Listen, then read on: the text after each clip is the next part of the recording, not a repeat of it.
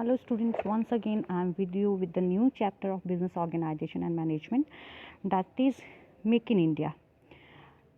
You have heard about the Make in India, and this movement was started by the Honorable Prime Minister Narendra Modi ji on the 68th Independence Day. He announced that Make in India program should be launched in India. And what is Make in India program? That I have written here.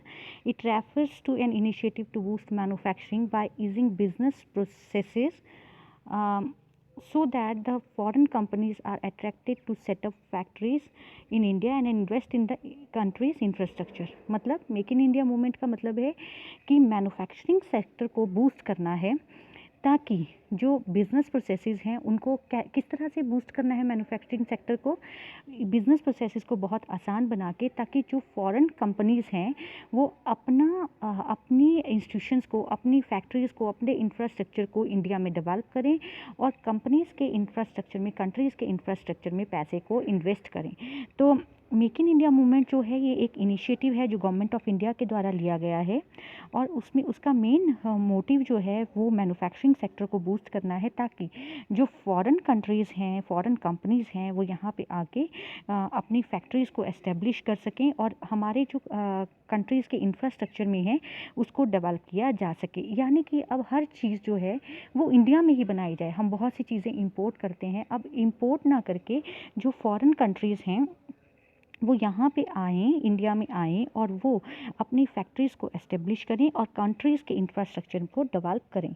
और इस vision का, इस make in India project का motive जो है वो unemployment की समस्याओं को दूर करना है और एम्प्लॉयमेंट अपॉर्चुनिटीज़ इंडिया में क्रिएट करना है।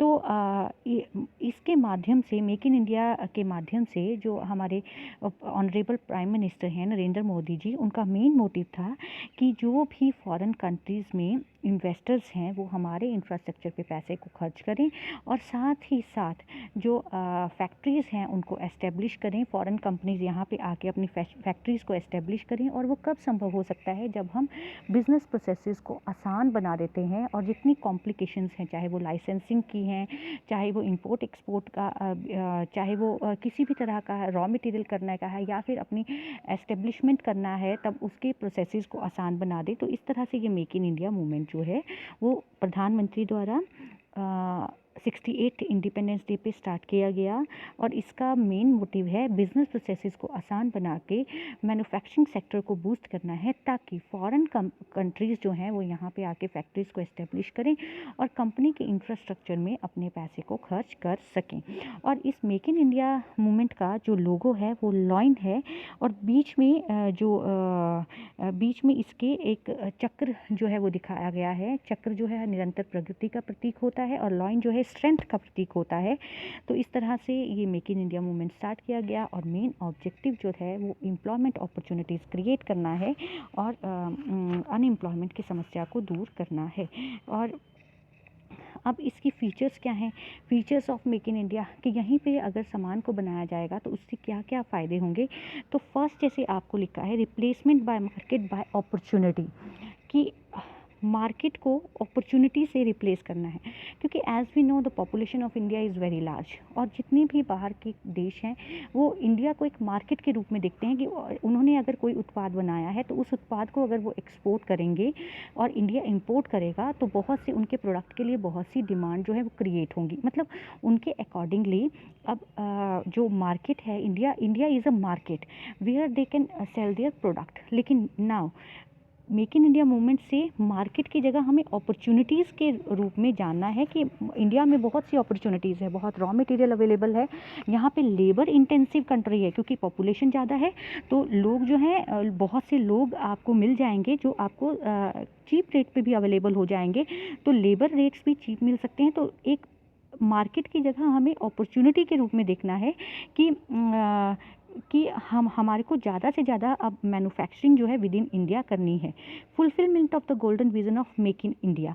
तो मेक इन इंडिया जो प्रोडक्ट है, जैसे आप किसी भी चॉकलेट लेते हैं या कोई भी प्रोडक्ट लेते हैं तो उसमें एक स्टैंप लगी होती है, जो समटाइम्स ऐसा होता है उसमें लिखा होता है made in China, made in Saudi Arabia, made in America, made in Australia.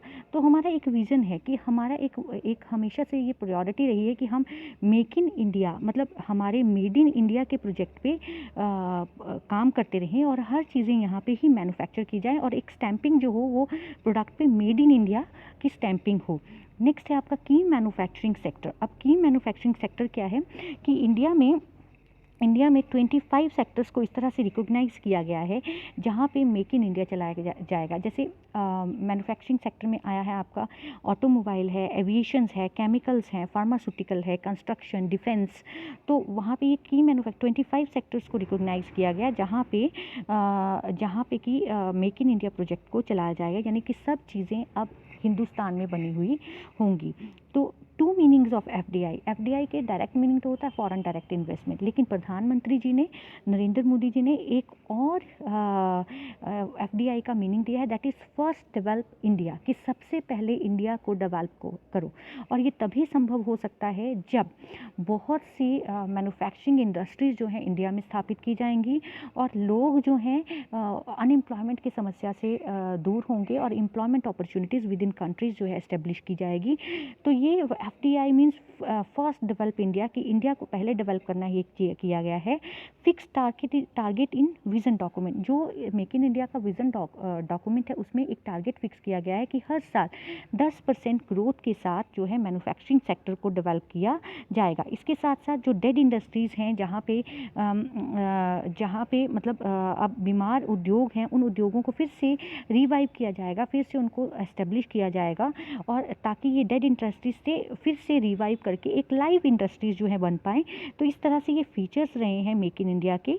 The next one is challenges in make in India, कि चैलेंजेस इन मेकिंग, कि अब मेक इन इंडिया बोलने में तो हमने कर दिया कि क्या किस तरह से आप एस्टेब्लिश कर सकते हैं, लेकिन उसके साथ साथ कुछ चैलेंजेस भी आए हैं, जैसे expansion of transport, power and banking sector, कि in order to boost the manufacturing sector with in India it's very necessary कि ट्रांसपोर्ट और पावर और बैंकिंग सेक्टर को बहुत ज़्यादा बढ़ाया जा सके। और बैंकिंग सेक्टर और ट्रांसपोर्ट सेक्टर डेवलप होगा, क्योंकि जब भी आप किसी चीज़ को बनाते हो तो उसके लिए आपको रॉ मटेरियल चाहिए। रॉ मटेरियल के लिए आपका ट्रांसपोर्टेशन सेक्टर जो है वो मजबूत होना चाहिए कि जब आपके पास कमी पड़ी तब आपके पास सामान इजीली अवेलेबल हो जाए। इसी तरह पावर, कि आपको इलेक्ट्रिसिटी की आवश्यकता होगी। इलेक्ट्रिसिटी की अब जैसे आप नालागढ़ में जाते हैं या आप यूपी में जाते हैं तो गर्मियों में वहाँ बहुत कट्स लगते हैं। क्यों गर्मियों में क्यों कट्स लगते हैं? क्योंकि उतनी ज़्यादा बिजली का उत्पादन नहीं हो पाता है। साथ में बिजली का उत्पादन नहीं होने के साथ साथ जो उद्योगों की डिमांड्स है पहले वो पूरी करनी पड़ती हैं, और घरों में डोमेस्टिक डिमांड्स जो है वो बाद में बात आती है।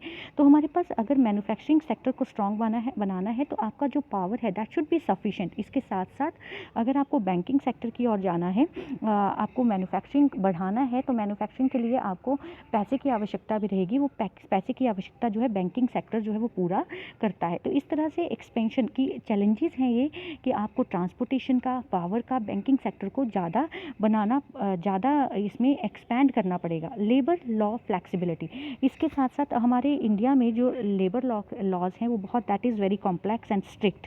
तो किसी भी डिफ़िकल्ट टाइम में एक अच्छे एम्प्लॉयज़ अवेलेबल होने के लिए आपके लिए बहुत ज़रूरत है कि आपके लेबर लॉज फ्लेक्सिबल हों और आप आसानी से काम जो है वो कर सकें।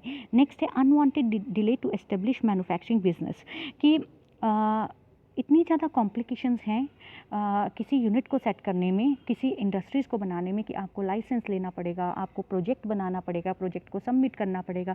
सबमिट के बाद जो है अगर प्रोजेक्ट एक्सेप्ट हो जाता है तब आपको लोन्स मिलेंगे, तब आपको साइट्स फाइनल करनी पड़ेंगी। Means it is a tremendous work, it takes a lot of time, जिससे कि डिले होता रहता है। अगर किसी प्रोजेक्ट को if you want to start तो आपको 1 साल 6 महीने लेके चलने पड़ते हैं। तो ये एक डिले है, अनवांटेड डिले है, कि आपकी फ़ाइल कभी मूव नहीं कर रही है, कभी आपकी फ़ाइल एक जगह पड़ी है तो वो आगे मूव नहीं कर, तो अनवांटेड डिले हो जाता है, जिसलिए मैन्युफैक्चरिंग बिजनेस जो है प्रभावित होता है। इसी तरह एफिशिएंट एडमिनिस्ट्रेटिव मशीनरी नहीं, मैं अभी बता रही हूँ आपको कि मतलब अनवांटेड डिले है तो उसके रीजंस हैं कि जो हमारा एडमिनिस्ट्रेटिव ग्राउंड है that is not so much strong.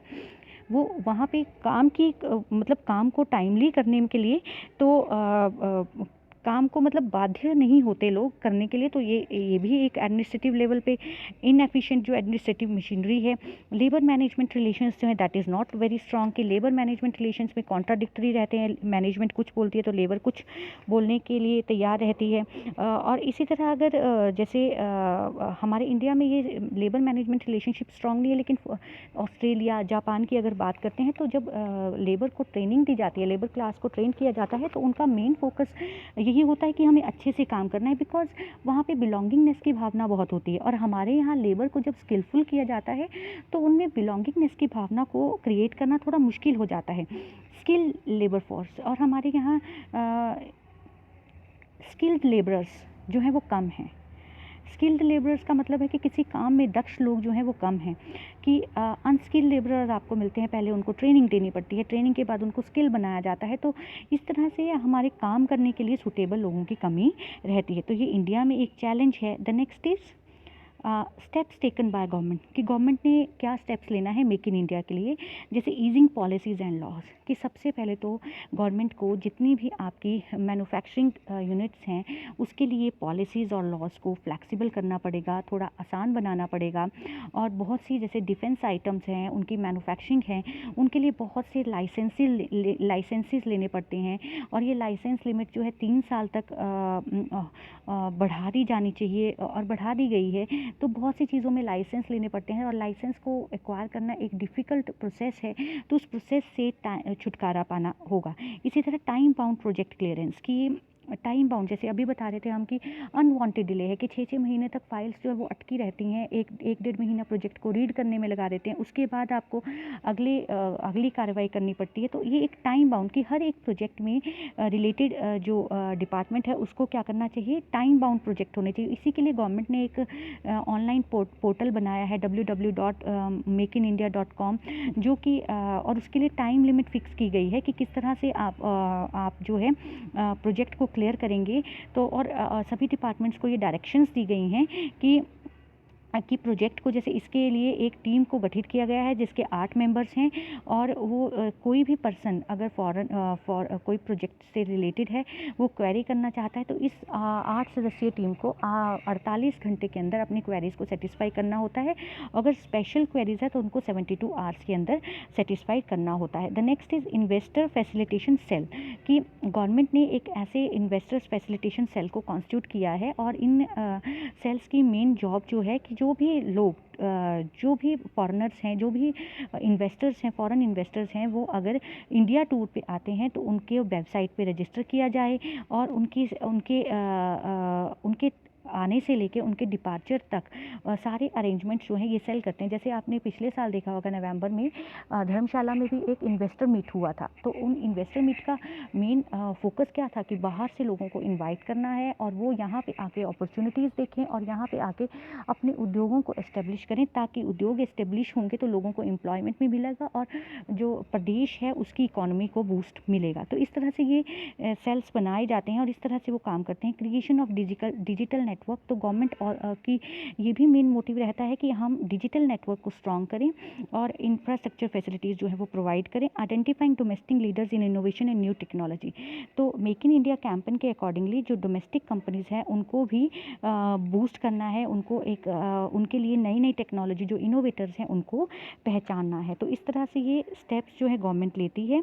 The next one is advantages और सिग्निफिकेंस, क्या एडवांटेजेस हैं? तो सबसे पहले तो यही है कि जब इंडिया में independently make in India project चलेगा और यहीं पे फैक्ट्रीज़ को इस्टेब्लिश किया जाएगा तो उससे एम्प्लॉयमेंट अपॉर्चुनिटीज़ जनरेट होंगी। एम्प्लॉयमेंट जनरेट होगा तो उससे जो जितनी भी अनएम्प्लॉयमेंट के साथ ही कि बहुत सी प्रॉब्लम्स चलती हैं, तो एम्प्लॉयमेंट अपॉर्चुनिटीज़ जनरेट होंगी।